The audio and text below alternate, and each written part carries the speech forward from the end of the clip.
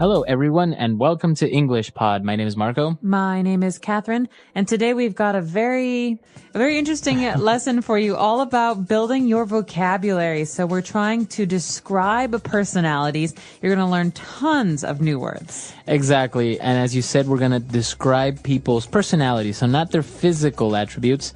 We're going to concentrate on how they are in personality-wise and stuff like that. Their character. That's right. So let's take a listen to today's dialogue for the first time, and we'll be back in a moment to talk about some of these great words.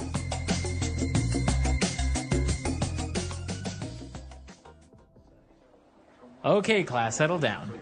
I have the results of your individual personality tests. I am going to hand them out, and if you'd like, you can read them out loud to the rest of the class. I'll read mine. Okay, go ahead. It says here that I am adventurous, outgoing, and easygoing. It says that I'm a little superstitious and occasionally naive. That's not true. Well, the test isn't 100% accurate. Is that all it says? No. It also says that I'm open-minded with great ambition, but that I can also be reckless and clumsy. This is stupid. Okay. Anyone else want to read theirs? I'll go. It says that I'm an extroverted, well-balanced person. It says I am generous, outspoken, and very diligent. This is so true. It also says that I am a magnanimous, eloquent, and daring. This is totally me.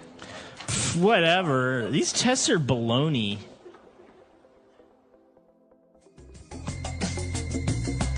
All right, we're back. So we're going to divide this up into language takeaway parts 1 and 2. So let's start with 5 keywords now on language takeaway.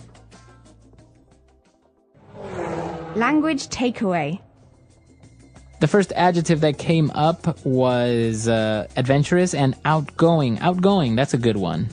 Outgoing is a great one. So you think of the word out.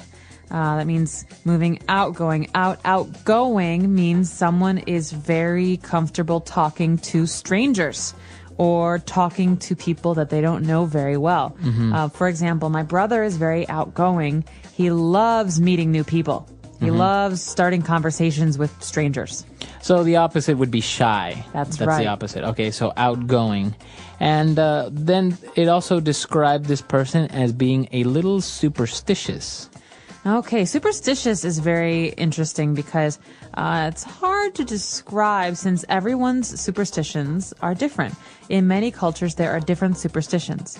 So, for example, in America, we say that walking under a ladder is bad luck. Mm-hmm. Okay, or opening an umbrella inside is bad luck. Mm-hmm. So if you believe that your actions will bring you bad luck, you're probably superstitious. Okay, very good. So if you are superstitious, you believe in superstitions. That's right. So, Marco, are you superstitious? Do you think that black cats bring bad luck? No, not at all. No. Interesting. All right. And this is also an interesting word, a way to describe people who are very believing, a person that is naive. Okay, you said this already. Naive means that someone generally believes most things that you tell them. Right. So if I told you, Marco, hey, did you know that it's supposed to rain frogs tomorrow? No way. Really? Yeah, really. Oh, no. If Marco believes me, he's naive. Right. That means that, probably not going to rain frogs tomorrow, but he believes everything I say, so he's a little bit naive or inexperienced. So naive is not really a bad way of describing a person, is it? No, but it can be. So you want to be careful. Some people, if you say that they're being naive, it's offensive. So you have to be careful when you say this. Okay. Moving on, we also had an interesting adjective that described another person, and it was to be reckless. I can also be reckless. Reckless. Okay, so someone who is reckless often does things without thinking, sometimes things that are dangerous. For example, Marco, I think that driving a car without wearing your seatbelt is very reckless. Okay, that means that you're not thinking about safety. Right. So a person that is reckless is kind of a synonym of being a little bit dangerous to be around. That's right. Or someone who does things without thinking about their consequences, their results. Okay. And also, along with reckless, the test said that this person was clumsy. Oh, I love this word. There was a very famous commercial when I was growing up in America on the television. It was all about young students at high school who are clumsy, and so they should buy this special folder for their schoolwork to help them because they're so clumsy. And they're dropping their papers and their books. Exactly. So someone who is clumsy often falls down or hits their head or trips or drops their things. If I drop something on the floor and break it, my mother might say, "You're so clumsy. Clumsy fingers. You should be more careful." Yeah. So clumsy, is this insulting if you say, "Oh, you're so clumsy"? No, it's not so bad. Okay. There are worse things to say. But if someone often drops things, you can call them clumsy. Or you can also say, "You're such a butterfingers." Butterfingers. That means that your fingers are like butter. They're very slippery. You drop everything. Okay. So clumsy and reckless, they are negative adjectives, right? They're saying that you do things wrong. So it's not really a good thing to be reckless or clumsy. No, it's not really a good thing. These are not positive characteristics. Okay, good. So we took a look at those 5, which are very good about one of the people that took the test. Let's move on now to more language and more adjectives on Language Takeaway Part 2. Language takeaway. All right, so in this part, we're going to take a look at positive attributes about a person, right? They're all good things about someone. That's right. And this first one is very good. Extroverted. Extroverted. A person that's extroverted. So a synonym of this word is outgoing. Okay, so it's pretty much the same thing. That's right, because extro means going out. Out. So in this case, someone who is extroverted often meets new people, goes out and does social things, goes to the movies, goes out with friends, meets strangers, talks to strangers. Again, it's like being outgoing, someone who's comfortable with new people. And what about the opposite? So we said that shy is the opposite of outgoing. What would be the opposite for extroverted? Extroverted's opposite is introverted. Intro means in, not out. So that means someone who's very shy, who is uncomfortable with new people. Okay. And, well, apart from being extroverted, the test also said that this person is very diligent. Ooh, diligent is a great word. This is a word you want to hear from your teachers and your bosses. Okay, if someone says, "Marco, you are very diligent at work." What does that mean? It means you're very careful. You always do things very thoroughly. And also quickly, right? When you tell them to do something, they do it immediately. That's right. So a diligent worker always does a good job and does it in a timely manner. Okay. And moving on to our third adjective. This one is kind of strange. It kind of sounds like monogamy, but it's magnanimous. Magnanimous. All right. Magnanimous. This is a great word. We hear this a lot in the newspaper or on TV about usually famous people. He did something very magnanimous, or it was a magnanimous gesture. This describes a person who does things for the benefit of other people. Someone who is thinking about the well-being and the health and the lives of others. So it would be a person that likes to share, or a person that's not selfish. Right. So if you donate half of your salary this month to victims of an earthquake, I would say, "Marco, that's so magnanimous of you. You're so magnanimous." Okay. Awesome. And apart from being magnanimous, if a person is eloquent, I guess that's also a positive attribute. Oh, yeah. This is another really good one. Someone who is eloquent is a very good speaker. Okay. This means that when they talk, they sound very, very good. Okay. You know, someone who's eloquent uses big words, but is also very good at making other people listen. Okay. So it's usually about speaking. So you would say he's an eloquent speaker. That's right. So someone who is eloquent is fun or good or interesting to listen to. Okay. And our last description for personalities and the way people are is a person that's daring. Well, this can be a good thing or a bad thing. It depends on who you're talking about. Because sometimes daring people are also reckless. And this can be dangerous. Okay. But sometimes someone who is daring can be doing good things. Like a daring business person might take risks that other people don't take. Okay. So a person that's daring dares to take risks, right? You are very daring.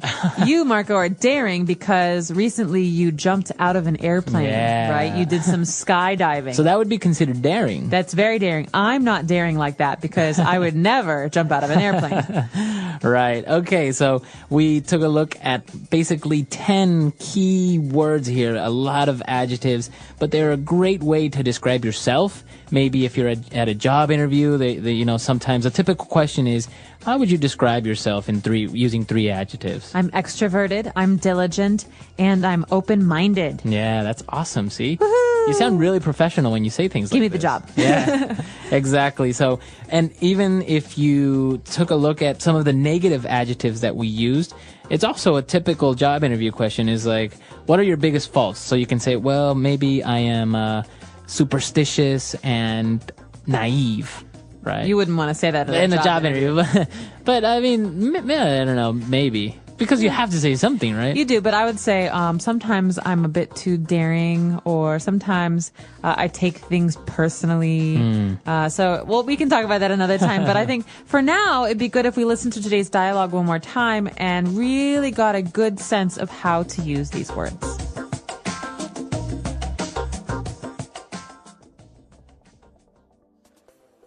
Okay, class, settle down. I have the results of your individual personality tests. I am going to hand them out, and if you'd like, you can read them out loud to the rest of the class. I'll read mine. Okay, go ahead. It says here that I am adventurous, outgoing, and easygoing. It says that I'm a little superstitious and occasionally naive. That's not true. Well, the test isn't 100% accurate. Is that all it says? No. It also says that I'm open-minded with great ambition, but that I can also be reckless and clumsy. This is stupid. Okay. Anyone else want to read theirs? I'll go. It says that I'm an extroverted, well-balanced person. It says I am generous, outspoken, and very diligent. This is so true. It also says that I am a magnanimous, eloquent, and daring. This is totally me. Whatever. These tests are baloney.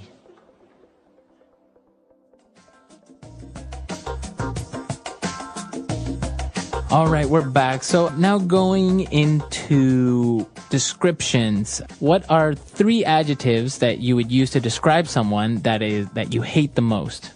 So going back to describing people, how would you describe one of the main things that really irritate you about someone? Maybe if they are clumsy, it really bothers you that people are clumsy, or reckless maybe. I see what you're saying. Well, I really like extroverted, hardworking people. But in English, we have a word to describe someone who is too extroverted, too hardworking. And we call this person a type A personality. Type A. Type A. The letter A.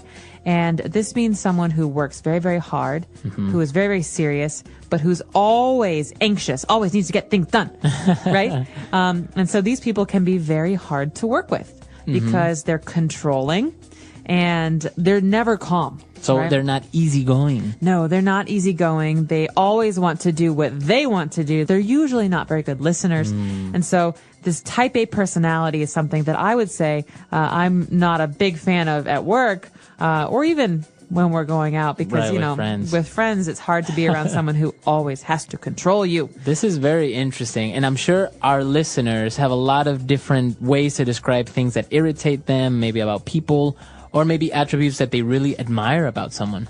That's right. And I want to give everybody a little bit of homework today. Go home, or if you're at home, look up a word in the dictionary that describes yourself. Yeah, An that's a good one. adjective to describe yourself. Describing personalities, understanding different people. What is personality? A personality is the way a person thinks, feels, and behaves. Everyone has a different personality, which makes people unique and special. Some people are kind and friendly, while others are serious and quiet. Some people love talking, while others prefer to listen. When we describe a person's personality, we talk about their character traits. A trait is a special quality that makes a person the way they are. Understanding different personalities helps us communicate better, make friends, and work with others. Common words and phrases for describing personality. Here are some useful words and phrases to describe people's personalities. 1. Positive personality traits. These are traits that people admire and appreciate. Friendly, a person who is warm and kind to others. Example, Emma is very friendly. She talks to everyone and makes them feel welcome. Kind, a person who cares about others and helps them. Example, he is kind to his classmates and always helps them with their homework. Honest, a person who tells the truth and does not lie. Example, she is very honest. If she makes a mistake, she admits it. Hardworking, a person who works a lot and does their best. Example, John is hardworking. He studies every day to get good grades. Confident, a person who believes in themselves. Example, she is confident in public speaking and never feels nervous. Patient, a person who stays calm and does not get angry quickly. Example, teachers need to be patient because students learn at different speeds. Creative, a person who has many new ideas. Example, he is creative and loves drawing and writing stories. Generous, a person who likes to give and share with others. Example, she is generous and always shares her food with her friends. Polite, a person who has good manners and is respectful. Example, he is polite and always says please and thank you. 2. Negative personality traits. These are traits that can be difficult or cause problems. Rude, a person who does not have good manners. Example, he was rude to the waiter and did not say thank you. Lazy, a person who does not like to work or do anything. Example, she is lazy and never does her homework. Impatient, a person who gets angry when they have to wait. Example, he is impatient and does not like waiting in line. Arrogant, a person who thinks they are better than others. Example, she is arrogant and never listens to anyone else's ideas. Selfish, a person who only thinks about themselves. Example, he is selfish and does not share his toys. Shy, a person who is quiet and afraid to talk to others. Example, she is shy and does not like speaking in class. Moody, a person whose feelings change quickly. Example, he is moody. Sometimes he is happy, and sometimes he is angry for no reason. Bossy, a person who likes to tell others what to do. Example, she is bossy and always tells her little brother what to do. Stubborn, a person who does not change their opinion easily. Example, he is stubborn and never admits when he is wrong. Types of personalities. There are many different types of personalities. Some people are outgoing, while others are quiet. Some people are serious, while others are funny. Here are some common personality types. 1. The outgoing person. An outgoing person is someone who loves meeting people, talking, and being social. They feel happy when they are around others. Words to describe them. Friendly. Talkative. Confident. Energetic. Example, Sarah is very outgoing. She talks to everyone at school and makes new friends easily. 2. The quiet person. A quiet person does not talk a lot and enjoys being alone or with a small group of people. Words to describe them. Shy. Calm. Thoughtful. Patient. Example, David is a quiet person. He listens more than he talks and enjoys reading books alone. 3. The funny person. A funny person loves to make people laugh and smile. They tell jokes and enjoy being happy. Words to describe them. Cheerful. Silly. Energetic. Creative. Example, Mike is very funny. He always tells jokes and makes people laugh. 4. The serious person. A serious person focuses on their work and responsibilities. They do not joke much and like to plan things carefully. Words to describe them. Responsible. Hardworking. Honest. Organized. Example, Anna is very serious about her studies. She always does her homework on time and gets good grades. 5. The kind and caring person. A kind person cares about others and helps them when they need it. Words to describe them: helpful, loving, generous, polite. Example: Emma is kind to everyone. She always helps her friends when they have problems. How to describe someone's personality in a sentence. Here are some ways to describe a person's personality. He is very friendly and always smiles at people. She is a hard-working student who studies every day. My brother is shy, so he does not talk much in class. Our teacher is very patient and never gets angry. He is a funny guy who makes everyone laugh. Why is it important to understand personalities? Understanding personalities helps us make friends. We can find people with similar personalities. Communicate better. We know how to talk to different people. Work well with others. We can understand how different people think. Solve problems. When we understand people's personalities, we can avoid misunderstandings. Conclusion. Every person is unique because of their personality. Some people are friendly, some are quiet, some are serious, and some are funny. Learning how to describe personalities helps us understand others better and improve our English skills. Now, think about yourself. How would you describe your personality? Are you talkative or shy? Are you serious or funny? Try to use the words from this lesson to talk about yourself and the people you know. The English Pod Audio Review.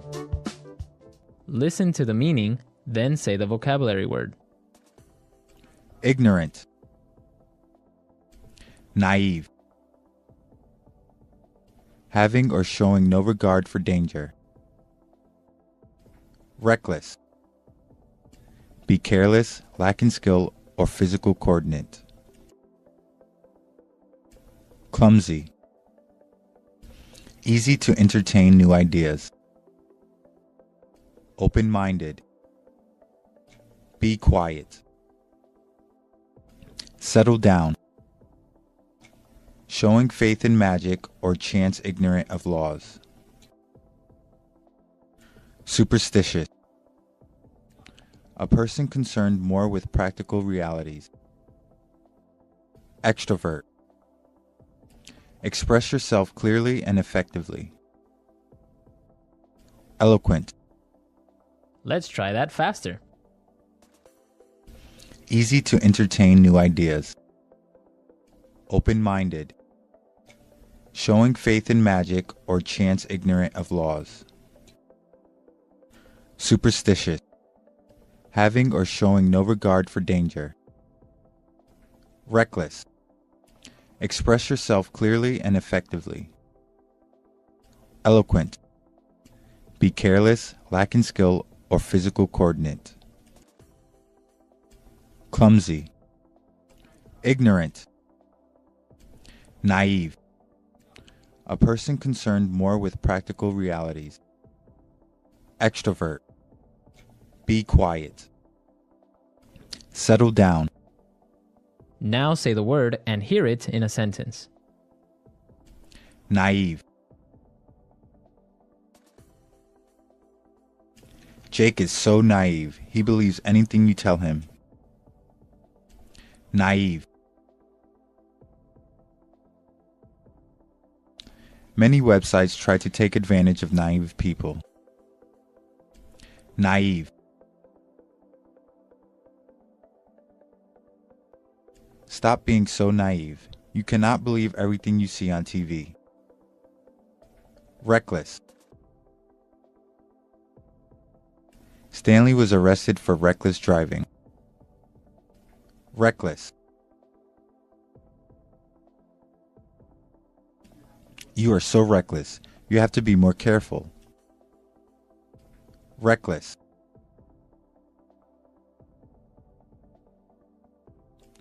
My wife was reckless with our finances, and so now we are broke. Open-minded. I always keep an open mind towards trying new things. Open-minded. I think Europeans are more open-minded than Latin Americans. Open-minded.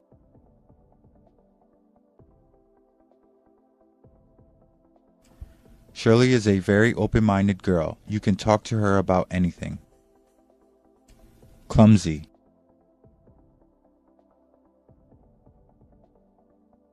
I am so clumsy. I accidentally hit my head with the door. Clumsy. He is very clumsy. He is always dropping things. Clumsy.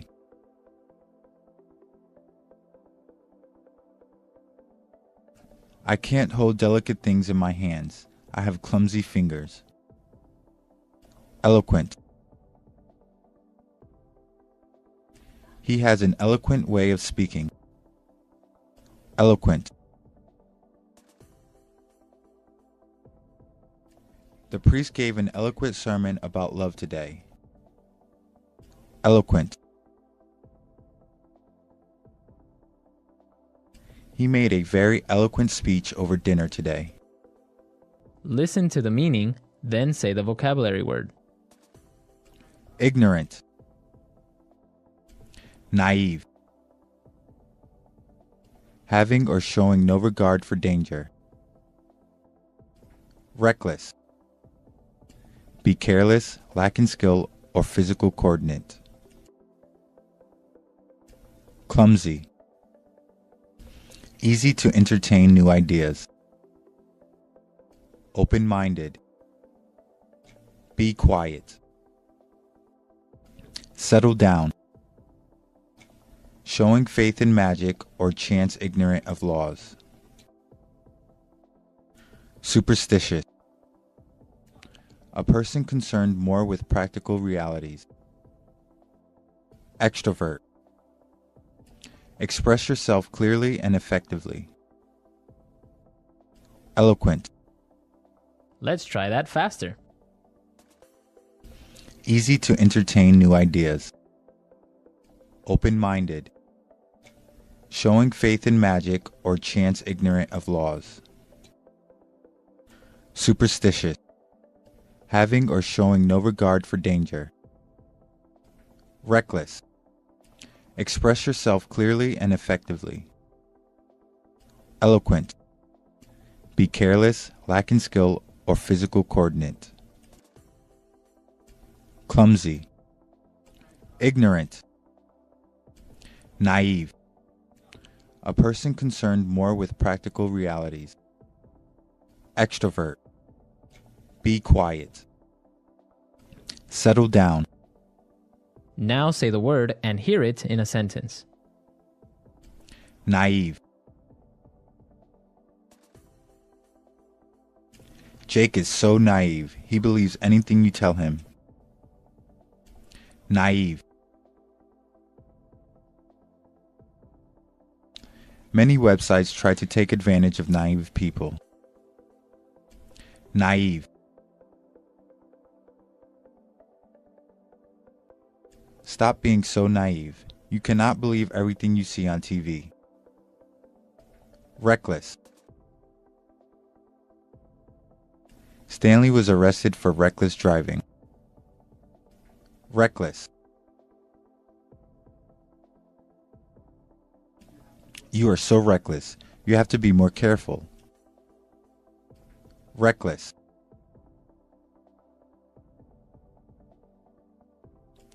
My wife was reckless with our finances, and so now we are broke. Open-minded. I always keep an open mind towards trying new things. Open-minded. I think Europeans are more open-minded than Latin Americans. Open-minded.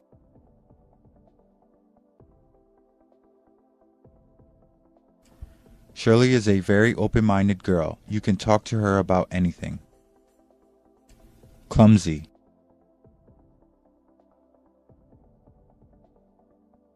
I am so clumsy. I accidentally hit my head with the door. Clumsy. He is very clumsy. He is always dropping things. Clumsy.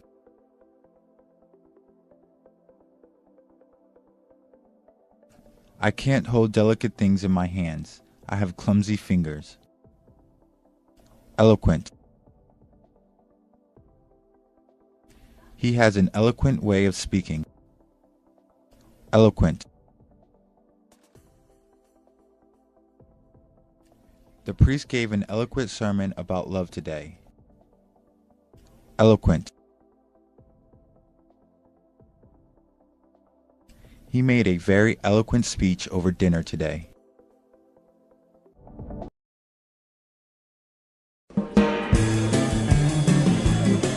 Hello, English learners. Welcome back to English Pod. My name is Marco. And I'm Erica. And today we're bringing you part 2 of the presidential farewell speech of President Eisenhower. That's right. So we saw in a previous lesson the beginning of this speech. Now we're going to look towards the end of the speech. Now we must tell you as well that we did change the speech a little bit, right? We changed it a little bit to make it a little bit more comprehensible, and also we did shorten it. The speech isn't this short. We did take out a lot of stuff. All right. So again, Marco, why are we looking at this speech? What are we learning from it? Well, in this last part of the presidential farewell speech, there are a lot of great words that are more difficult and very poetic, so you can use them in different formal circumstances or just to sound a little bit more well-spoken. Yeah. And we also, again, are going to look at some really quite difficult and challenging structures that we hope you can use maybe when you're giving a formal talk or even in your writing if you want to sound quite professional. Okay, very good. So why don't we listen to the dialogue for the first time? Let's listen how President Eisenhower says goodbye, and then we'll come back and look at the words.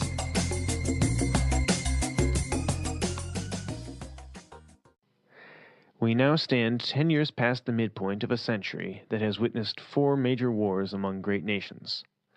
3 of these involved our own country. Despite the carnage of these conflicts, America is today the strongest, the most influential, and the most productive nation in the world. We are understandably proud of this preeminence, yet we realize that America's leadership and prestige depend not merely upon our unmatched material progress, riches, and military strength, but on how we use our power in the interests of world peace and human betterment. Throughout America's adventure in free government, such basic purposes have been to keep the peace, to foster progress in human achievement, and to enhance liberty, dignity, and integrity among peoples and among nations.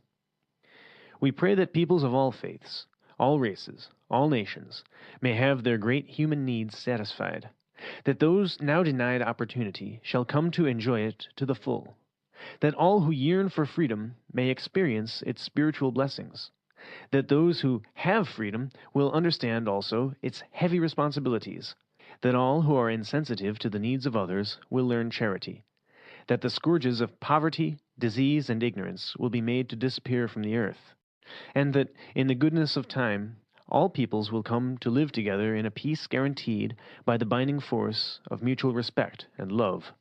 Now, on Friday noon, I am to become a private citizen. I am proud to do so. I look forward to it. Thank you, and good night. Well, that certainly was a very moving speech, hey?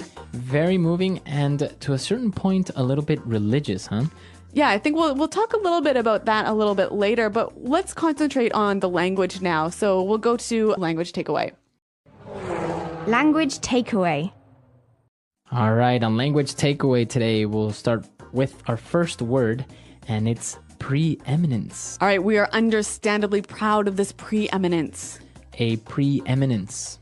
So preeminence, what is this? Basically, it's the state of being the leader of something. Okay, so in this case, America was the preeminent nation. Right, so they were coming up, they were very prosperous, so they had a preeminence in the world.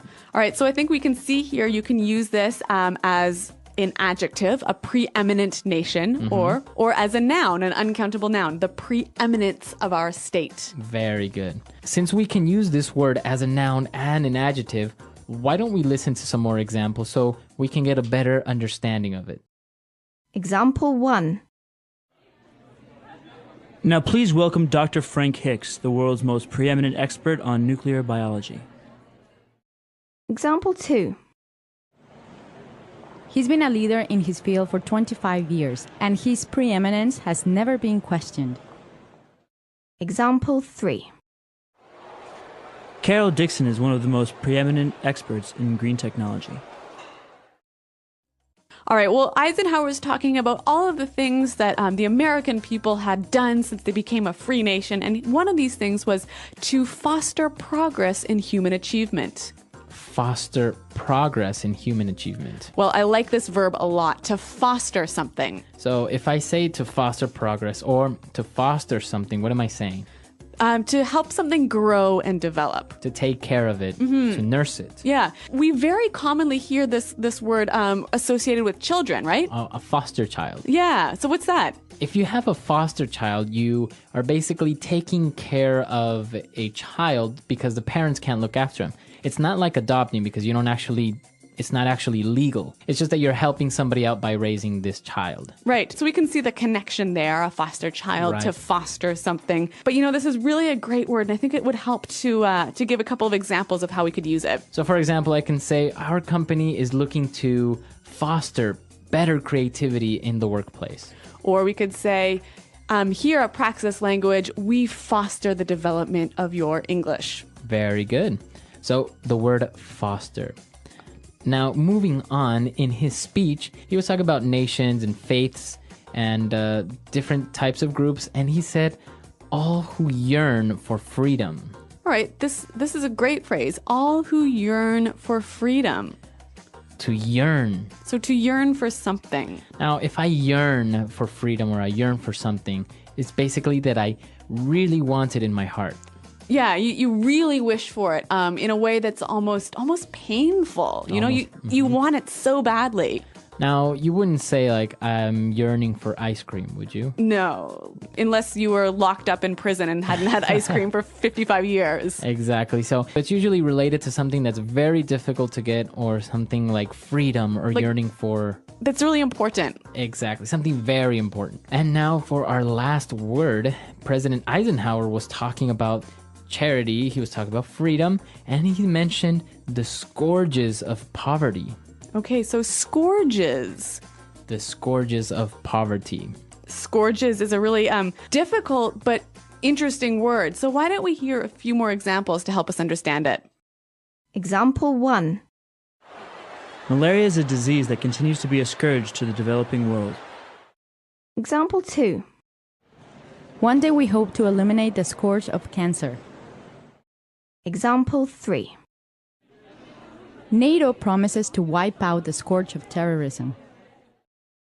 So as we can see, the scourges of something basically is the cause of pain or suffering. Mm-hmm. So now relating it back to the text, we see scourges of poverty. Yeah, scourges of poverty, scourges of disease, and scourges of ignorance. All right, so we can see that poverty, ignorance, and disease cause a lot of really terrible things, right? Exactly. So that's why we say they are scourges. Okay, so scourges. Now, so that brings us to the end of our words for takeaway today. But, as we talked about earlier, we've got some really difficult and interesting structures to look at now in Fluency Builder.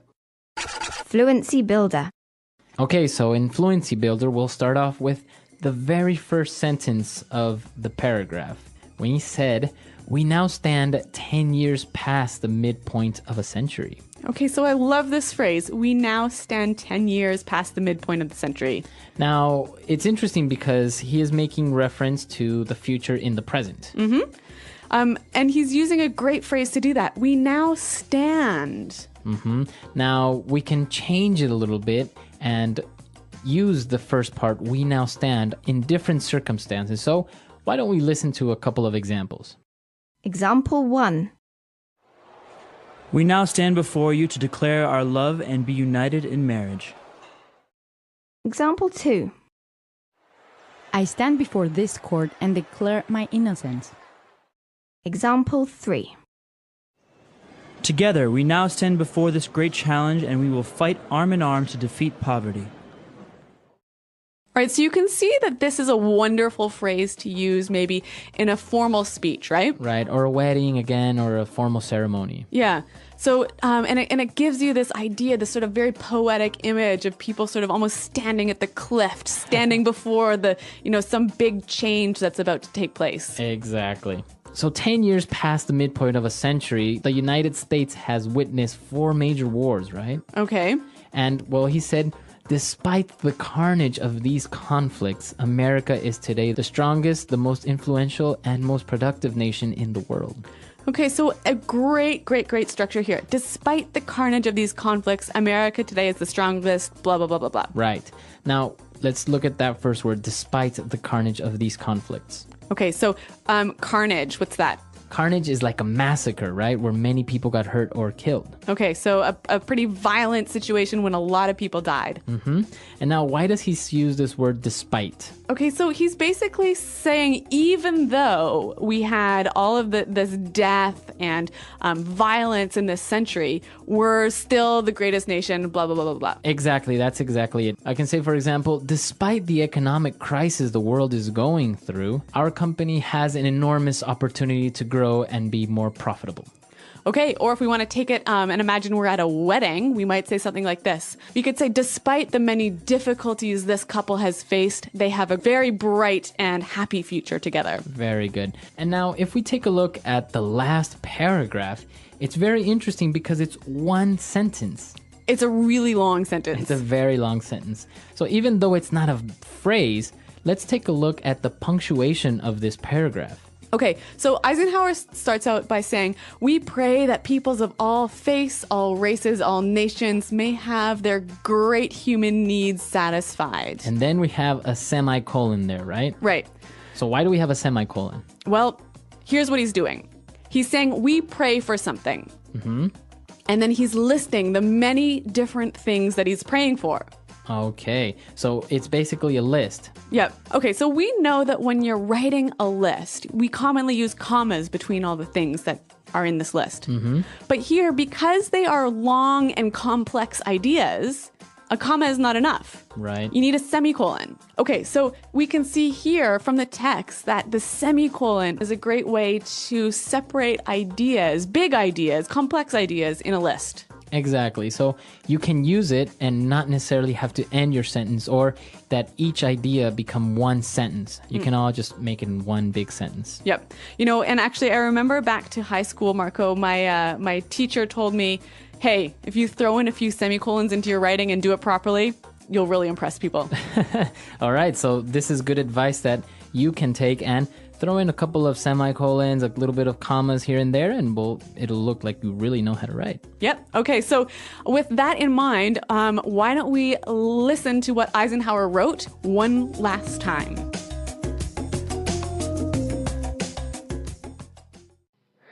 We now stand 10 years past the midpoint of a century that has witnessed 4 major wars among great nations. 3 of these involved our own country. Despite the carnage of these conflicts, America is today the strongest, the most influential, and the most productive nation in the world.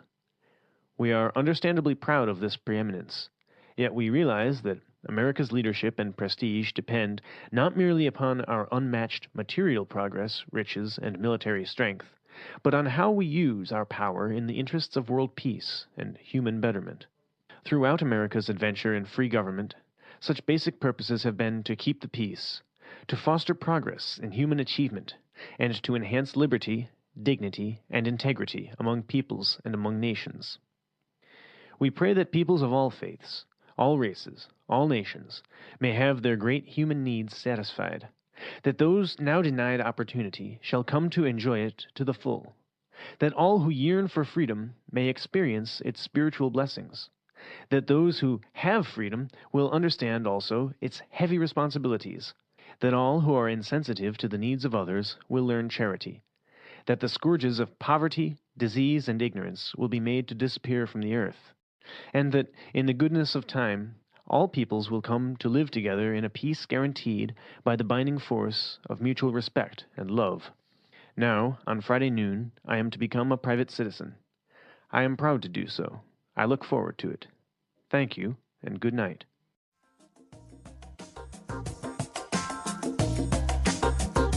All right, we're back, and we're here again with Pete, our voice actor for the second part of the dialogue.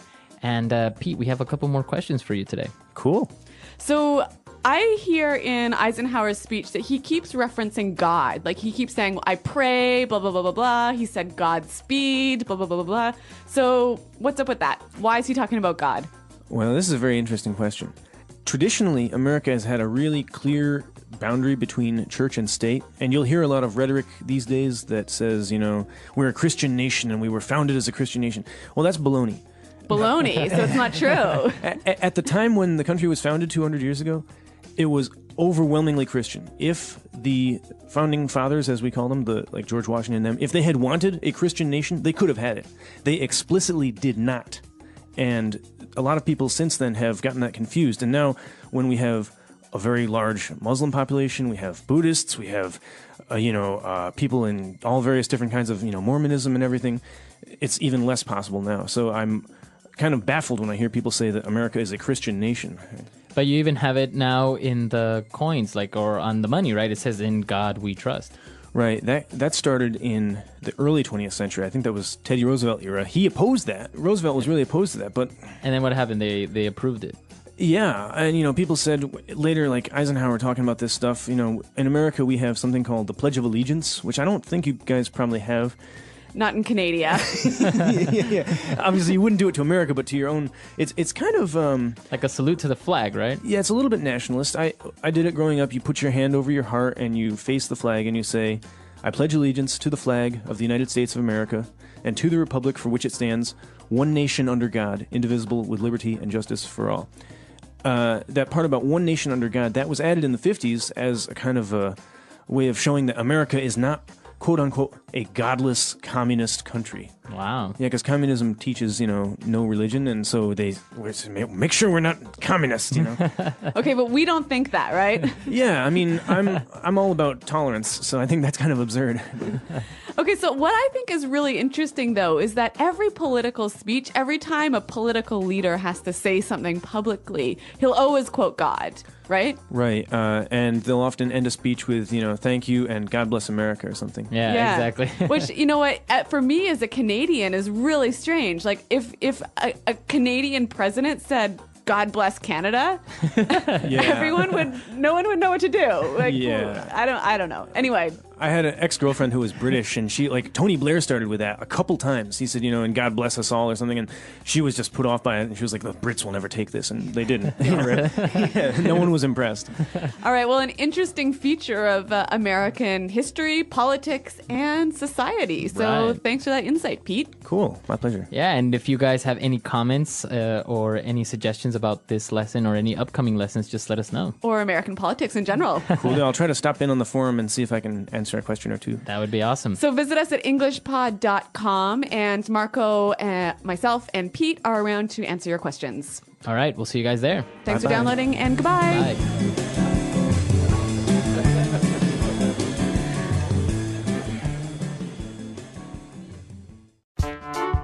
The English Pod Audio Review.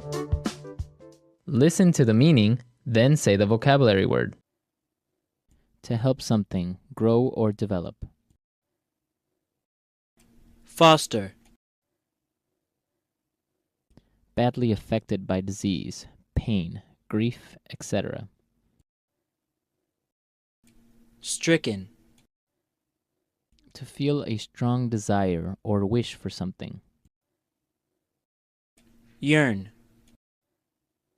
In U.S. politics, a member or supporter of the Democratic Party, the more liberal of the two main political parties in the U.S. Democrat. More important, skillful, or successful than other. Preeminence. Belonging to the Republican Party, the more conservative of the two main political parties in the U.S. Republican.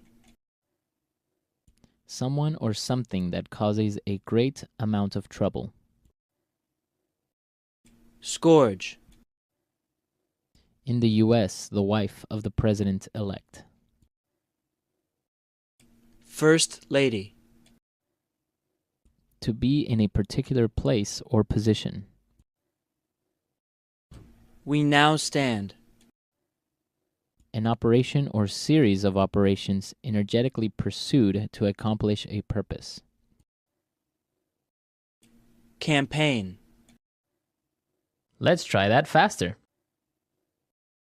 In the U.S., the wife of the president-elect. First Lady. To be in a particular place or position. We now stand. Belonging to the Republican Party, the more conservative of the two main political parties in the U.S. Republican. Badly affected by disease, pain, grief, etc. Stricken. To help something grow or develop. Foster. To feel a strong desire or wish for something. Yearn. An operation or series of operations energetically pursued to accomplish a purpose. Campaign. More important, skillful, or successful than other. Preeminence. Someone or something that causes a great amount of trouble. Scourge. In U.S. politics, a member or supporter of the Democratic Party, the more liberal of the two main political parties in the U.S. Democrat. Now say the word and hear it in a sentence. We now stand.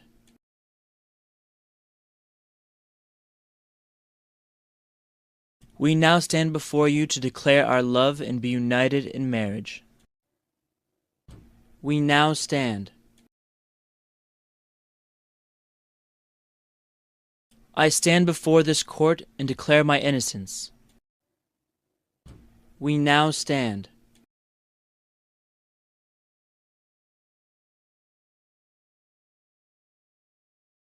Together, we now stand before this great challenge, and we will fight it arm in arm to defeat poverty. Yearn.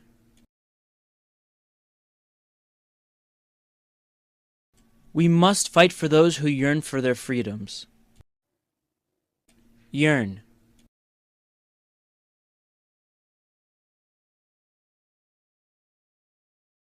In the paths of all great men, you will find a yearning to learn and to succeed. Yearn.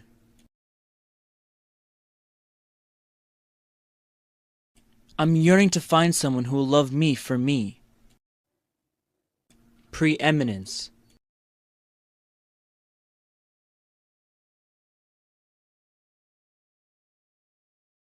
Now, please welcome Dr. Frank Hicks, the world's most preeminent expert on nuclear biology. Preeminence.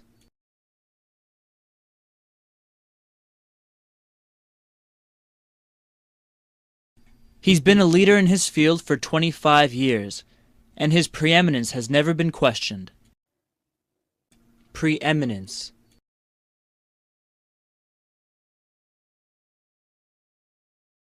Carol Dixon is one of the most preeminent experts in green technology. Foster.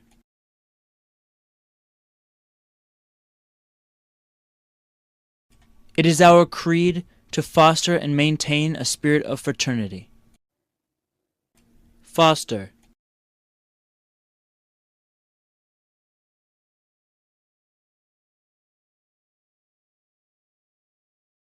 To restore our country to the glory of its past, we must foster an attitude of determination in social service. Foster.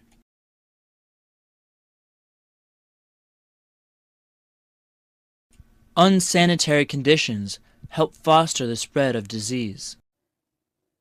Scourge.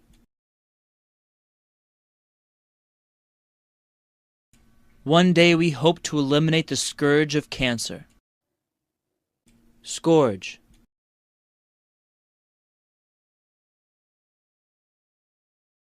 Malaria is a disease that continues to be a scourge to the developing world. Scourge.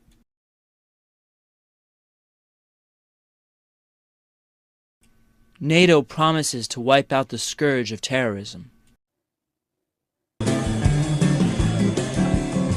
Hello, everyone, and welcome back to another lesson here at English Pod. My name is Marco. And my name is Catherine. So, Marco, what are we talking about today? Today, we are taking a look at a guy who is a little bit too afraid of people in general. There's a good word for this in English, someone who's almost too afraid all the time, someone who is overly cautious. We call this person paranoid. Okay, so if you are paranoid, you think that everyone is wants to hurt you or that everyone is out to get you. Wait, did you hear that? That's No, did you hear that? No, I didn't. Someone at the door. Marco, can you check the... Okay, that's paranoid. You know, you're always hearing voices and noises and things. Yeah, so a paranoid, somebody that is paranoid. All right, so why don't we listen to this dialogue for the first time and see what this person is all paranoid about. There it is again. Dan, dude, you have to come over to my house right now. Is everything okay? Just get over here.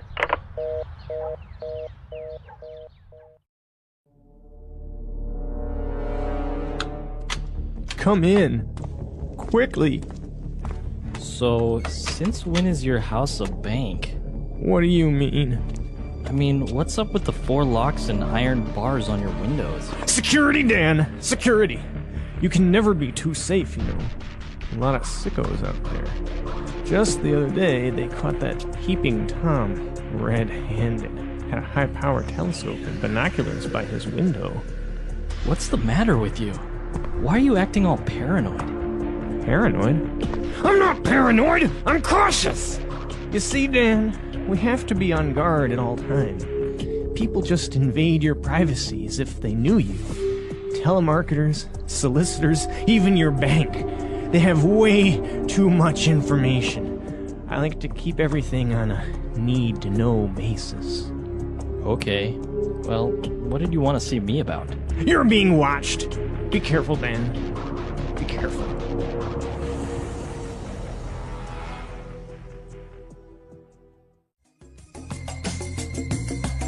All right, we're back. So, I think this guy is a little bit too cautious. I would have to agree with you, and I would go so far as to call him paranoid. But there's a lot of great stuff in this dialogue that we can use in a lot of different situations. So let's take a look at some of these new words in today's language takeaway. Language takeaway. All right, the first word on language takeaway today is sicko.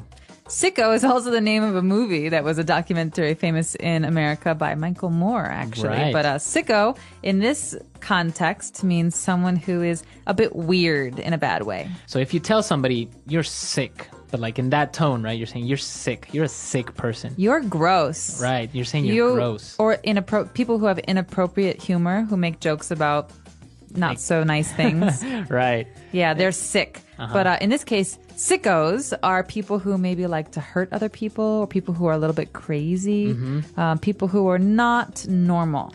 So it's not a nice way of calling someone crazy, right? If you say, oh, he's a sicko, it's not really nice. Not at all. It's a way of saying that you're almost scared of this person because they're kind of weird and almost they have problems. All right, so sicko. Moving on to our next word. We saw that the guy was afraid of telemarketers. Exactly. So what are these guys? Well, we've got 2 words being put together here, tele and market. So tele... Like telephone. Telephone. Over communication. So they're not in person. They're people who call you up and market things. They try to sell you stuff over the phone. So this is very common. You get a phone call on your cell phone and they ask you if you're happy with your long distance calling plan or if you need new TV cable or something like that. And they always call during dinner or late at night, which drives me nuts. Exactly. So these are telemarketers. These are people who call you trying to sell things to you. And very similar to these is a solicitors. Exactly. But the big difference here with solicitors and telemarketers is that solicitors actually go to your house. They knock on your door. So they're also called door-to-door salesmen or saleswomen. That's right. So door-to-door salesmen, they go from door to door trying to sell things. But in this case, a solicitor is someone who comes to your house to try to get you to do something, to buy something. All right, very good. And moving on to our next word, we have a peeping Tom.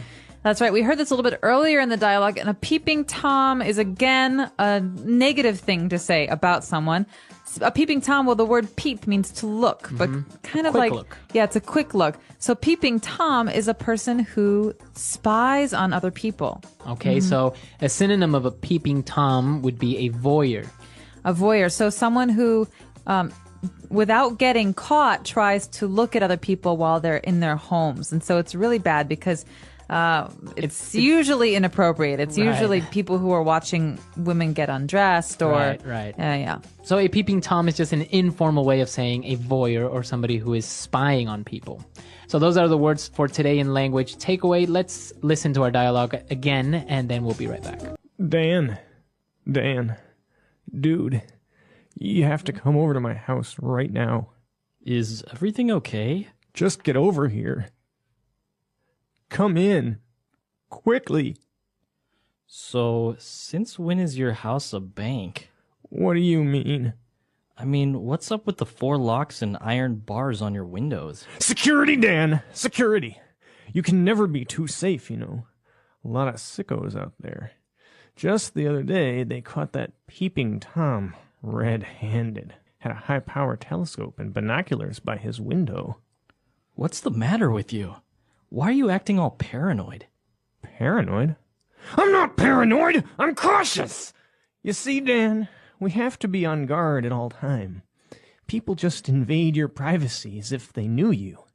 Telemarketers, solicitors, even your bank. They have way too much information. I like to keep everything on a need-to-know basis. Okay. Well, what did you want to see me about? You're being watched! Be careful, Dan. Be careful. Now we're back, and we had some interesting phrases in the dialogue. The first one being, you can never be too safe. Fluency builder. All right, so this is a common mom phrase. You often hear mothers say this when they're sending their kids off to school or whatever. They say, don't talk to strangers, and the kid says, well, why not? You can never be too safe, right? It's good to err on the side of caution. So it's okay to be extra safe or extra cautious, just in case. Exactly. You never know what's going to happen, so it's better to be cautious than not. And that's what this person's saying. He's saying, well, security, it's important. You can never be too safe. You never know what might happen. Is there another way that we can combine it? Like, you can never be too careful? Exactly. It's basically the same thing. Same thing, yeah. All right. What's our next phrase? Our next phrase is about this peeping Tom, this person that they caught. They caught him red-handed. We caught you red-handed. Or he's been caught red-handed. So what does that mean? It's a very colorful phrase, and I don't just mean that because we're calling him red-handed, but to catch red-handed means to catch someone while they're doing something wrong. So if I see you breaking into someone's house and I say, Marco, stop! I'm catching you! Stop now! I just caught you red-handed. You saw me doing the act. Exactly. And another way of saying this is you caught him with his hand in the cookie jar. Okay, and this is another great phrase. You can imagine a child who sees the cookies in a very special jar on the counter in the kitchen.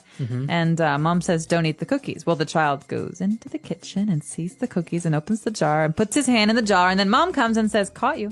That's a boy with his hand or a child with their hand in the cookie jar. So it's the same thing. I can say, I caught you with your hand in the cookie jar. Or you were caught red-handed.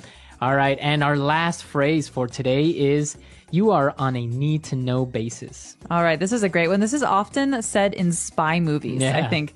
So we say, you're on a need-to-know basis. That means that if you really need to know something, then I will tell you. Right. But if not, I won't. So you only have the information that is necessary, no more or less, right? You're on a need-to-know basis. Right, so I say, tell me, Marco, tell me what happened. I want to know. Right, and I can say, no, you're on a need-to-know basis, and you don't need to know this.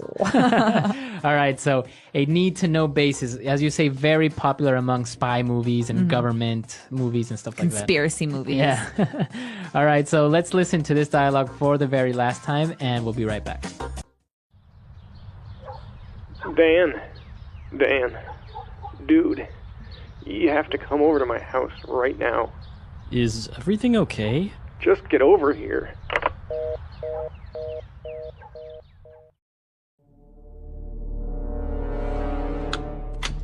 come in. Quickly. So, since when is your house a bank? What do you mean? I mean, what's up with the 4 locks and iron bars on your windows? Security, Dan! Security! You can never be too safe, you know. A lot of sickos out there. Just the other day, they caught that peeping Tom red-handed. Had a high-power telescope and binoculars by his window. What's the matter with you? Why are you acting all paranoid? Paranoid? I'm not paranoid! I'm cautious! You see, Dan, we have to be on guard at all times. People just invade your privacy as if they knew you. Telemarketers, solicitors, even your bank. They have way too much information. I like to keep everything on a need-to-know basis. Okay. Well, what did you want to see me about? You're being watched. Be careful, Dan. Be careful.